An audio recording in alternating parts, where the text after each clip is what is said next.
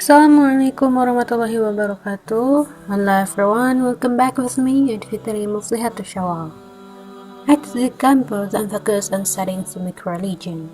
One of the lessons is the Fiqh of Worship, which is discussing the laws of worship in Islam, including their procedures.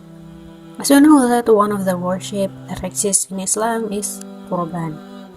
So, what is Qurban? Qurban, in Arabic, Qurbaning or Udhiyah, as referred to in Islamic law, is a ritual animal sacrifice of a livestock animal during Eid al-Adha. The word is related to the Hebrew Qurban means offering, and Syriac Qurbana means sacrifice. Etymology through the cognate Arabic triliteral as a way or means of approaching someone or nearness. In Islamic law, Udhiyah would refer to the sacrifice of a specific animal, offered by a specific person on specific days to seek Allah's pleasure and reward.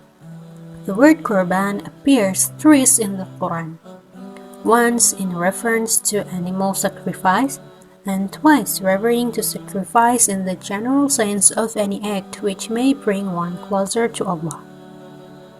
So, what is the history behind Qurban? Islam traces the history of Qurban back to Habil and Qabil, whose story is mentioned in the Quran. Also, the practice of Qurban would be tracked back into Ibrahim, who dreamed that Allah ordered him to sacrifice his son's life. He had faith in Allah's command. His son Ismail agreed to follow Allah's command. However, Allah intervened and informed him that his sacrifice had been accepted and replaced his son with a sheep.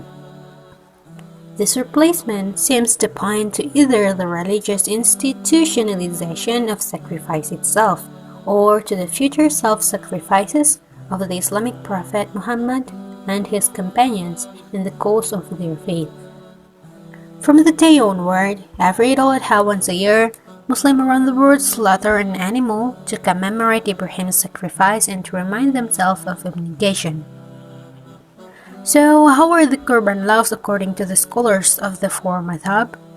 Imam Shafi'i said that a Muslim is only encouraged of Qurban if he could buy animals with his possession, which is more than enough to fulfill the needs of himself and his family. If the opposite situation, then he is not required to Qurban. Imam Hanafi said that a Muslim who regarded to be able and obligated on Qurban when he has at least 200 dirhams of money or assets that have reached the zakat ratio. Imam Hanbali said that a Muslim is encouraged on Qurban if they could try to buy the animal, either with their own money or in debt. While Imam Maliki said that a Muslim is encouraged on Qurban if he could buy the animal with the money he gets in 1 year. Imam Malik also stated that he could use in debt for the Qurban. Need to underline that people are allowed to go into debt for Qurban only when they could pay off their debt immediately. So, what is the wisdom of the Qurban itself? The first, we can get closer to Allah. The second, we can revive the Sunnah of the Prophet. And the third, it's form of caring for others. And the fourth, for thanking Allah who subjected livestock animal to us. About caring for others, dated 2020, in Indonesia, 39,624 people were confirmed positive for coronavirus. After the implementation of large-scale social restriction for 2 months, it seems that a lot of polemics have taken place, mainly on the economic side. The World Bank projecting that the global economy will minus 5.2% on this year. Confirmed by the Indonesian Ministry of Labor, the existence of COVID-19 had an impact on more than 3 million workers who lost income during the pandemic.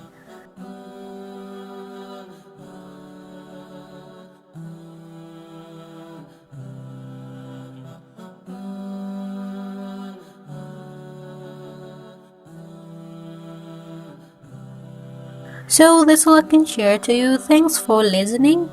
Wassalamualaikum warahmatullahi wabarakatuh.